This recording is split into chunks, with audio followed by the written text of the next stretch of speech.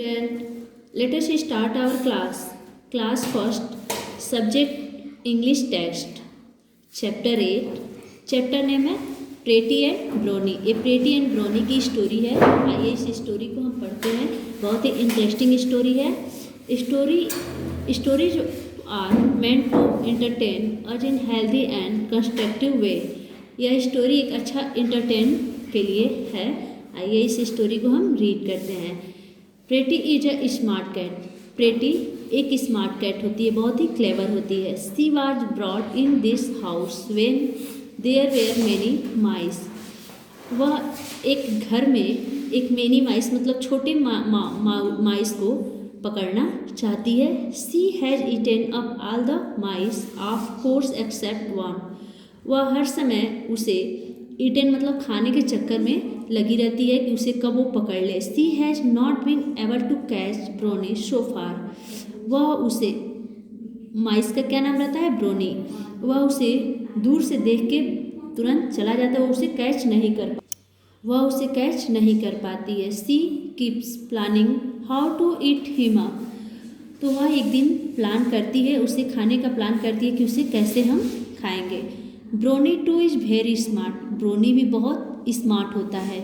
He has 2 holes to his house. उस house में 2 holes होते हैं। When one hole is in danger he use the other. जब वह देखता है कि एक होल पे खतरा है तो दूसरे होल को वो यूज करता है। ही be fools pretty very often. तो प्रेटी सोचती है कि वह 1 होल्स है और उसे पकड़ नहीं पाती है। She did not know that he had 2 holes. वह यह नहीं जानती है कि उस हाउस में 2 होल्स हैं। One day the house lady serve bread and milk to Pretty in lunch. उस हाउस की जो लेडी होती हैं वो ब्रेड एंड मिल्क सबको लंच में सर्व करती हैं। Pretty said to herself I will eat that little mouse first. Pretty कहती है कि अब वह लिटिल माउस इसे खाने के लिए आएगा। And only then I will eat my lunch. वो लंच में आएगा तो वो आएगा खाने के लिए तो मैं उससे खा लूँगी, वो मेरा लंच हो जाएगा। So she sat at the hole waiting for Brownie to come out. वह एक होल के बाहर सेट हो जाती है और उसका वेट करती है कि वो बाहर आए। Seeing the food having been serve Brownie come out by the other hole. Brownie देखता है कि वहाँ पे डेंजर है तो वो दूसरे होल पे अदर होल पे जाके वो he ate up all the bread and drunk up all the milk. उस ब्रेड को खा लेता है और मिल्क पी लेता है। When pretty was tired of the long wait she looked at her plate. कुछ समय बाद जब प्रेटी देखती है, बहुत देर तक उसका वेट करती है और जब देखती है तो वहाँ पे प्लेट रहता है। Oh no Brownie was eating up all her food. Oh no Brownie तो सब खा लिया और चला गया। The plate was empty by now. Plate खाली हो गया था। द ग्रीव एंग्री उसे बहुत गुस्सा आता है। She pounced upon Bronnie but he had already jumped into his whole.